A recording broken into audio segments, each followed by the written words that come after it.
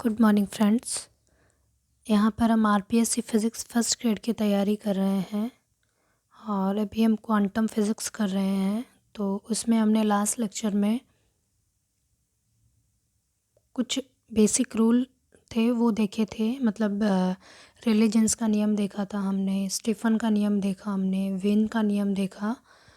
अब जो आज जो टॉपिक करेंगे it's a very important topic का नाम है कॉम्पटन प्रभाव। तो ध्यान से पढ़िएगा, ठीक है। कॉम्पटन प्रभाव। सबसे पहले मैं लिखवाती हूँ कॉम्पटन, एक्चुअल में कॉम्पटन प्रभाव होता क्या है, देन हम एक्सप्लेन करेंगे इसको। तो हेडिंग डालिएगा कॉम्पटन प्रभाव और नंबर 1 पॉइंट डाल के लिखिएगा। इसमें लिखिए क्लासिकल के अनुसार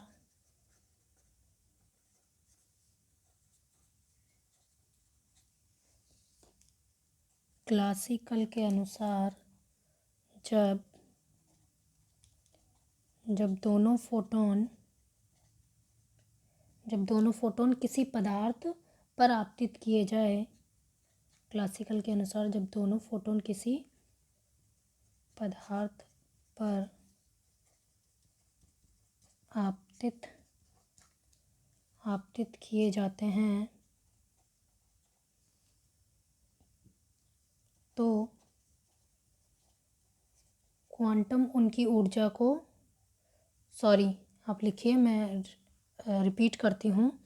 क्लासिकल के अनुसार जब दोनों फोटोन किसी पदार्थ पर आपतित किए जाते हैं तो इलेक्ट्रॉन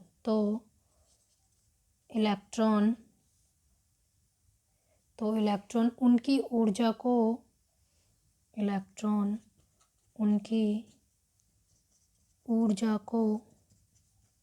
अवशोषित कर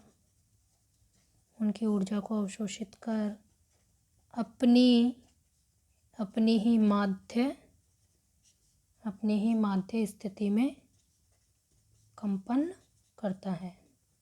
तो इलेक्ट्रॉन उनकी ऊर्जा को अवशोषित कर अपनी ही माध्य स्थिति में कंपन करना प्रारंभ कर देते हैं और समान ऊर्जा के, ये चीज़ इम्पोर्टेंट है, समान ऊर्जा के दूसरे फोटोन उत्सर्जित करते हैं। समान ऊर्जा के दूसरे फोटोन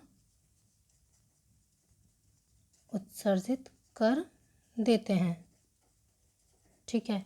नेक्स्ट आप नोट डाल के लिखिएगा, नोट डालिएगा और फिर लिखिएगा कि क्लासिकल के अनुसार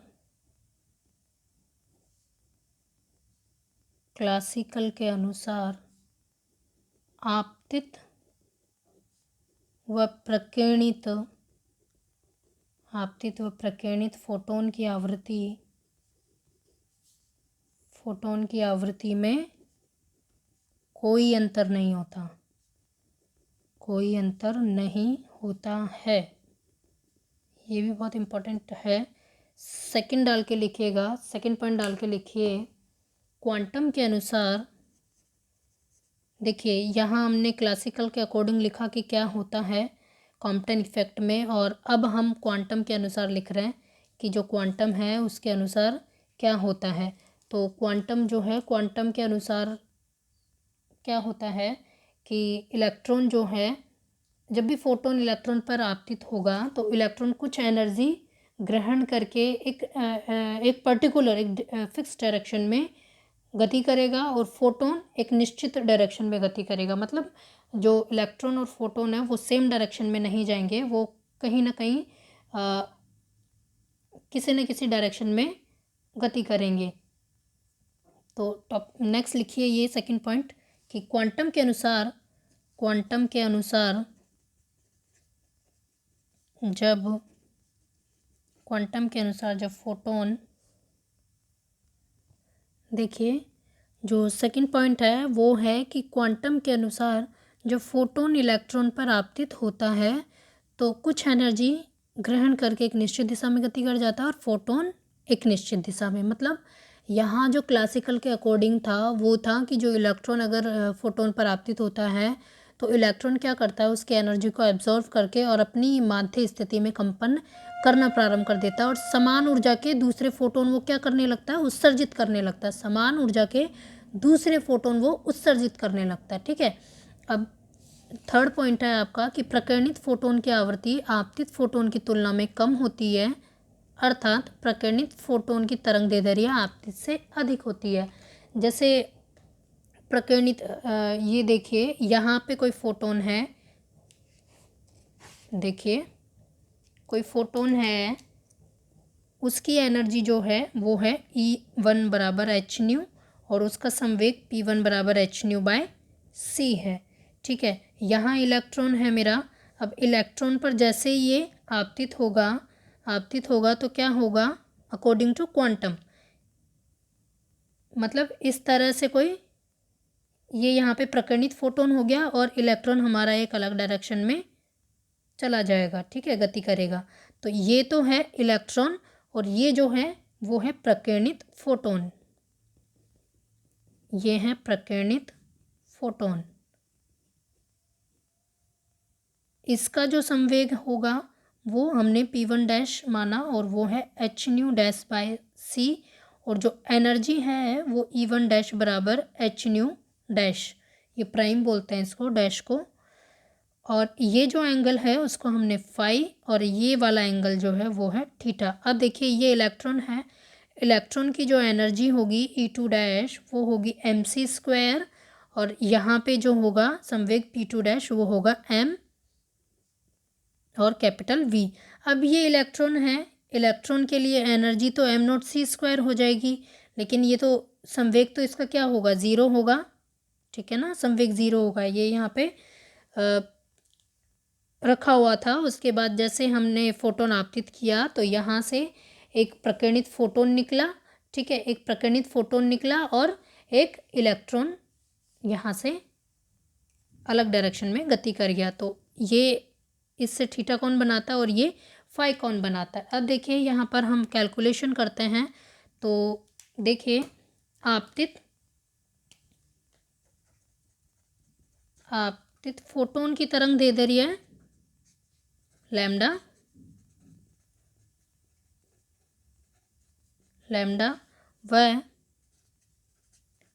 व प्रकीर्णित फोटोन की लैम्डा डैश मानी है, लैम्डा डैश है। तो मैं देखिए यहाँ इनका फुल डेरिवेशन नहीं बताऊंगी आपको, जो आपका काम का है सिर्फ हम उतना ही देखेंगे। ठीक है, तो कॉम्पटन विस्थापन जब हम निकालते हैं तो वो निकलता है लैम्डा डैश माइनस लैम्डा बराबर h upon m0 c into 1 minus cos phi. इसको हम रिप्रेजेंट करते हैं डेल्टा लैम्डा से और ये जो इक्वेशन है ये जो है वो होता है कॉम्पटन विस्थापन। ये है आपका कॉम्पटन विस्थापन। ठीक है, कुछ नहीं है, जो हमने डायग्राम बनाया है उसको लेकर अगर हम इसको सॉल्व करते हैं तो इस तरीके से हमारा कॉम्पटन विस्थापन यहाँ पर आता है। अब हम कॉम्पटन तरंग दैर्ध्य देखते हैं। देखिए चूँकि h अपॉन m0 से क्या है, कॉम्पटन तरंग दैर्ध्य यही है, ये इसको हम लैम्डा c से रिप्रेजेंट कर सकते हैं। क्या है ये कॉम्पटन, लैम्डा क्या है तरंग दैर्ध्य, c से रिप्रेजेंट कर रहा है कॉम्पटन और लैम्डा तरंग दैर्ध्य होती है। तो डेल लैम्डा बराबर क्या हो गया, जब वैल्यू वगैरह पुट करके करेंगे इसको तो ये हो जाएगा 0.0242 माइनस कॉस फाई, किसमें एंगस्ट्रॉम में। ठीक है, ये किसके लिए है, ये इलेक्ट्रॉन के लिए कॉम्पटन विस्थापन है, ये इलेक्ट्रॉन के लिए कॉम्पटन विस्थापन है। यहाँ पे लिख लीजिएगा, ये स्टार डालिएगा इस पे, इसको आपको लर्न करना है 0.02421 माइनस कोस फाई और यहाँ लिखिएगा इलेक्ट्रॉन के लिए कॉम्पटन विस्थापन, इलेक्ट्रॉन के लिए कॉम्पटन विस्थापन। ठीक है। नेक्स्ट अगर हम इसमें कंडीशंस लगाते हैं, यदि 5 बराबर हम लगाते हैं 180 डिग्री, तो क्या होगा, जो हमारा फोटोन था वो रिवर्स में, मतलब अगर 180 लगाते हैं तो जैसे गया था वैसे ही वो वापस आएगा। ठीक है। इसका तो यही मतलब हुआ कि जैसे इलेक्ट्रॉन हमने किसी चीज़ पर फोटोन को आपतित किया तो वो वापस से रिवर्स में वापस आ गया। पश्चगामी का यही मतलब हुआ ना कि जैसे यहाँ से गया वैसे ही रिवर्स, तभी तो 180 डिग्री बनेगा एंगल। तो 180 डिग्री हो तो, और आप यहाँ पे लिखिएगा हो तो पश्चगामी लिख लीजिएगा ब्रैकेट में, ताकि थोड़ा ध्यान रहे, पश्चगामी। ठीक है। तो डेल लैम्डा बराबर क्या है, 0.0242 है। अब यहाँ पे इसकी वैल्यू पुट कर देंगे कोस 180, तो ये जो आएगा डेल लैम्डा क्या आएगा, मैक्सिमम आएगा, और उसकी वैल्यू है 0.484 एंगस्ट्रम। ये भी आपको ध्यान रखना है। ठीक है, ये लैम्डा मैक्सिमम है। अब देखिए, अगर परमाणु में इलेक्ट्रॉन के रहने के लिए एंगस्ट्रॉम की कोटि का आवश्यक है कि उसको इलेक्ट्रॉन की कोटि का होना चाहिए, जबकि क्या है, प्रोटॉन का नाभिक में होने के लिए किस में होना चाहिए, फर्मी में होना चाहिए। तो ये चीज़ देखते हैं हम। अब देखिए, जो लैम्डा सी है वो क्या था, H/m0c। अब इलेक्ट्रॉन के लिए तो MEc, जब इसको सॉल्व करते हैं तो 0.0242 एंगस्ट्रॉम आता है। ये हमने किसके लिए लिया है, इलेक्ट्रॉन के लिए। इलेक्ट्रॉन के लिए मतलब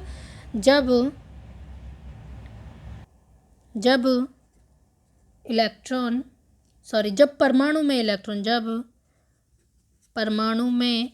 इलेक्ट्रॉन के रहने के लिए, ये जब को हटा दीजिए, परमाणु में इलेक्ट्रॉन के रहने के लिए एंगस्ट्रॉम की कोटि का होना आवश्यक है। ये लिख लीजिएगा, एंगस्ट्रॉम की कोटि का होना आवश्यक है। ठीक है, इतना कीजिएगा। उसके बाद अगर हम फोटोन के लिए देखते हैं, तो यहाँ पे जो कॉम्पटन इफेक्ट के लिए अगर हम तरंग दैर्ध्य फोटोन के लिए, तो H/ क्या आ जाएगा, MP/C। तो इसकी वैल्यू जो आती है वो 0.13 फर्मी आती है। क्या आती है, 0.13 फर्मी। मतलब क्या हो गया कि प्रोटॉन का नाभिक में होने के लिए 0.13 फर्मी कोटि का होना आवश्यक है। यहाँ लिखिएगा, प्रोटॉन का नाभिक में होने के लिए 0.13 फर्मी का होना, 0.13 फर्मी कोटि का होना चाहिए। इम्पॉर्टेंट है, ये दोनों पॉइंट्स ध्यान रखिएगा। अब देखिए, हमने 3 पॉइंट तो देख लिए थे, यहाँ पे 3 पॉइंट डिस्कस करे थे। नेक्स्ट फोर्थ पॉइंट डालिएगा, लिखिएगा सापेक्ष कॉम्पटन विस्थापन। सापेक्ष कॉम्पटन विस्थापन, कॉम्पटन विस्थापन वो क्या होता है, वो होता है डेल लैम्डा बाई लैम्डा। और मैक्सिमम के लिए हम यहाँ क्या लगा देंगे, मैक्सिमम मतलब अधिकतम कॉम्पटन विस्थापन अगर निकालना हो तो यहाँ पे क्या लगा देंगे, मैक्सिमम लगा देंगे, और यहाँ पे क्या आ जाएगा, अधिकतम आ जाएगा। ठीक है, तो ये लिखवाने की ज़रूरत नहीं है। 5th पॉइंट लिखिए और इम्पोर्टेंट डालिए। 5th लिखिए और इम्पोर्टेंट डालिए। लिखिए, कॉम्पटन विस्थापन के लिए फोटोन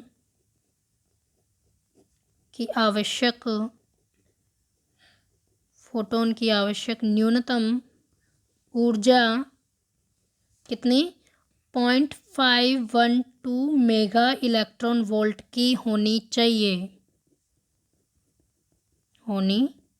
कॉम्पटन विस्थापन के लिए जो फोटोन की न्यूनतम एनर्जी है वो 0.512 मेगा इलेक्ट्रॉन वोल्ट होनी चाहिए। नेक्स्ट जो है आपका 6 नंबर पॉइंट लिखिएगा। लिखिए, इलेक्ट्रॉन फोटोन से ऊर्जा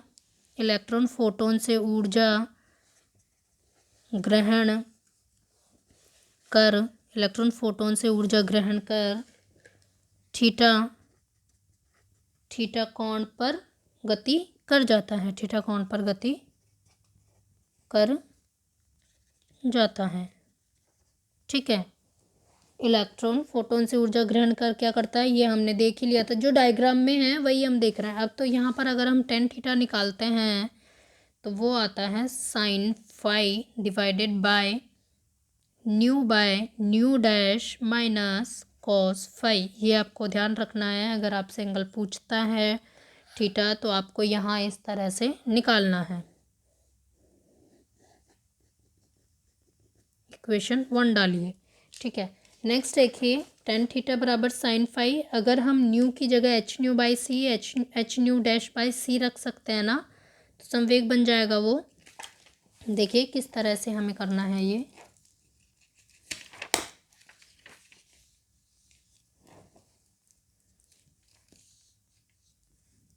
देखिए टेन थीटा बराबर sine phi upon nu dash by nu dash, तो एच न्यू बाय सी, और यहाँ पे H nu dash by C minus cos phi. अब देखिए क्या कर सकते हैं, टेन थीटा बराबर साइन फाई अपॉन संवेग हो गया ये P1 upon P1 dash minus cos phi. ये भी ध्यान रखिएगा, अगर आपको संवेग दे रखा हो और निकालना हो तो इस तरीके से निकालेंगे। ठीक है। नेक्स्ट देखिए कि चूँकि लैम्डा डैश माइनस लैम्डा बराबर क्या है, H upon m note c into 1 minus cos phi. तो अब देखिए न्यू बराबर क्या होता है, सी बाई लैम्डा, और लैम्डा बराबर सी बाई न्यू। ठीक है। तो यहाँ पे हम लैम्डा की वैल्यू पुट करेंगे तो ये क्या हो गया, c by nu dash minus c by nu बराबर h upon m note c into 1 minus cos phi. ठीक है। अब यहाँ से अगर सी कॉमन लेते हैं तो ये nu by nu dash minus 1 बन गया, और इधर आ गया तो ये एच न्यू बन गया बाय एम नोट सी स्क्वायर। ठीक है, ले लिया हमने कॉमन, और ये हो गया 1 माइनस कोस फाई। इसे हमने दिया इक्वेशन 2। तो अब ये निकल के जो आएगा इसको हम P1 अपॉन P1 डैश, और इस 1 को हम इधर ले जाएंगे तो ये हो गया 1 प्लस, अब हमने h nu by m note C square को एक कांस्टेंट अल्फ़ा अज्यूम कर लिया है, तो 1 प्लस इसको क्या लिखा मैंने, alpha into 1 minus cos phi. समझ में आ गया इतनी चीज़। तो ये आपको ये चीज़ आपको यहाँ पर ध्यान रखनी है, जहाँ मैं स्टार लगा रही हूँ वो आपको डायरेक्ट लर्न करनी है, और जब हम क्वेश्चंस करेंगे तो आपको पता लगेगा कि ये किस तरह से। अब देखिए इक्वेशन 1 एंड इक्वेशन सेकंड से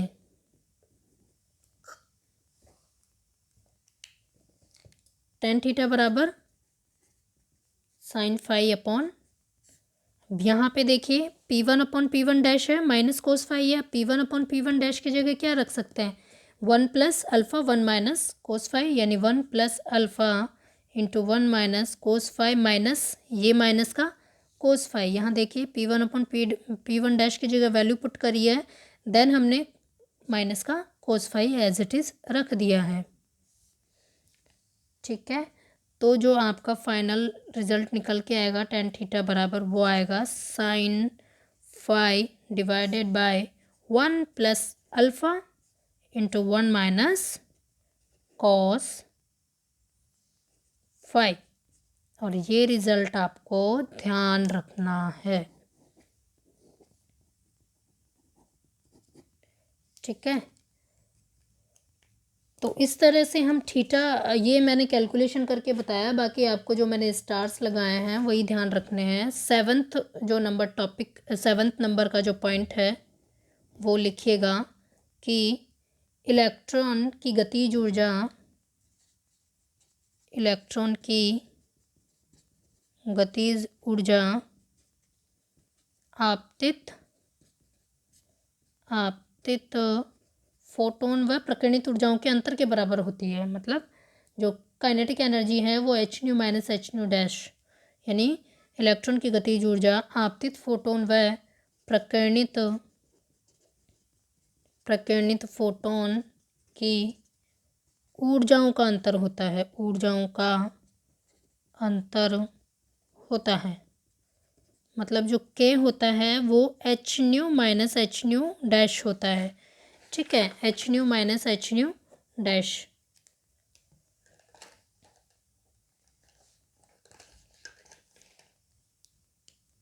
k बराबर क्या हो गया, एच न्यू कॉमन लिया, one minus nu dash by nu आ गया। अब इधर देखिए k बराबर क्या हो गया, h nu one minus nu dash by nu की वैल्यू हम क्या रख सकते हैं, क्या रख सकते हैं, one upon one plus alpha one minus cos five, ये रख सकते हैं ना। यहाँ से देखिए ये संवेग है, यहाँ से अगर ये वैल्यू निकालेंगे इसकी जगह अल्फ़ा ही रखेंगे तो ये डिवाइड में आ जाएगा ना, न्यू बाय न्यू डैश बराबर one plus alpha one minus cos five. अब उल्टा कर देंगे तो वन अपॉन आ जाएगा, तो क्योंकि यहाँ न्यू डैश ऊपर है ना, वैल्यू आ गई one upon one plus alpha one minus cos five, ठीक है। इतना समझ आया, तो k बराबर आ गया h new alpha into one minus cos five divided by one plus alpha one minus cos five. ये चीज़ आपको यहाँ पर ध्यान रखनी है। एक बार इधर देख लीजिए, वहाँ अगर समझ में नहीं आ रहा सही से, तो ये है k बराबर आपका आया है h new into alpha one minus cos five divided by one plus alpha one minus cos five, ठीक है। ये वाली वैल्यू आपकी काइनेटिक एनर्जी के लिए आई है इलेक्ट्रॉन की। तो इसके बाद लिखिएगा नेक्स्ट कि गतिज ऊर्जा व फोटोन की ऊर्जा का अनुपात, ये फोटोन की एनर्जी है, इसको इसके डिवाइड में ले आएंगे और जो भी वैल्यू आएगी वो आपकी गतिज ऊर्जा व फोटोन की ऊर्जा का अनुपात होगी, यानी k अपॉन एच न्यू बराबर alpha one minus cos five divided by one plus alpha one minus cos five. तो ये आपकी गतिज ऊर्जा और ये है फोटोन की एनर्जी का रेशियो, ठीक है। तो इस तरह से हम ये कॉम्पटन इफेक्ट समझ सकते हैं। नेक्स्ट जो होगा वो आपके इसके कुछ न्यूमेरिकल्स होंगे, जैसे कि मैं अभी एक न्यूमेरिकल देखती हूँ सिर्फ, फिर बाद में जब हम नेक्स्ट टॉपिक पढ़ेंगे तब करेंगे न्यूमेरिकल्स, या फिर हम सिर्फ एक लेक्चर न्यूमेरिकल्स का ले लेंगे। तो मैं सिर्फ वैसे एक्सप्लेन कर रही हूँ बोल के कि यदि कॉम्पटन इफेक्ट में फोटोन 60 डिग्री के एंगल पर, फोटोन 60 डिग्री के कोण पर प्रकीर्णित हो जाए तो आवश्यक कॉम्पटन विस्थापन, ये हमसे कॉम्पटन विस्थापन पूछ रहा है। अब हमने कॉम्पटन विस्थापन का formula 0.042 into one minus cos five learn किया है। फाई आपको 60 डिग्री दे रखा है, तो आप यहाँ से फाई की वैल्यू रख के और ये आराम से निकाल सकते हो। अब नेक्स्ट क्वेश्चन ही इसी तरीके से सुनिएगा आप, यदि प्रकीर्णित फोटोन 60 डिग्री के कोण पर प्रकीर्णित हो जाए तो बताइए इस अवस्था में आपतित व प्रकीर्णित फोटोन के संवेग का अनुपात क्या होगा, जबकि आपतित फोटोन की ऊर्जा 30 मेगा इलेक्ट्रॉन वोल्ट हो, ठीक है। यानी आपको P1 अपॉन P1 डैश निकालना है। उसका फॉर्मूला आपको पता है, one plus alpha one minus cos five. Five आपको 60 डिग्री दे रखा है, ठीक है। अल्फ़ा भी आपको यहाँ से निकालना है, अल्फ़ा बराबर H nu by M note C square. H nu की वैल्यू जो दे रखी है 30 मेगा इलेक्ट्रॉन वोल्ट दे रखी है। फोटोन की एनर्जी दे रखी है ना, यहाँ पर फोटोन की एनर्जी दे रखी है 30 मेगा इलेक्ट्रॉन वोल्ट। और विराम अवस्था में जो इलेक्ट्रॉन होता है, क्योंकि अल्फ़ा बराबर H nu by m note C square है, विराम अवस्था में जो एनर्जी है वो 0.512 होती है, ये भी हमने डिस्कस कर ली थी, ये भी हमें पता है। तो बस पहले अल्फ़ा निकालिए, यहाँ पे अल्फ़ा की वैल्यू पुट कीजिए, फाई आपको पता है ही करके, और फिर ये वैल्यू निकाल के कमेंट करिएगा। अगर क्वेश्चन सॉल्व होता है तो ठीक है, नहीं तो हम नेक्स्ट लेक्चर में इसको सॉल्व करेंगे। तो आज के लिए इतना ही। नेक्स्ट लेक्चर में हम ये कॉम्पटन इफेक्ट से रिलेटेड जो भी हमारे क्वेश्चंस आए हुए हैं या बन सकते हैं वो हम करेंगे। उससे नेक्स्ट में हम अनसर्टेनिटी प्रिंसिपल पढ़ेंगे और वो भी बहुत इम्पोर्टेंट टॉपिक है। तो आज के लिए इतना ही। वीडियो पसंद आया हो तो लाइक एंड सब्सक्राइब कीजिएगा। Thank you.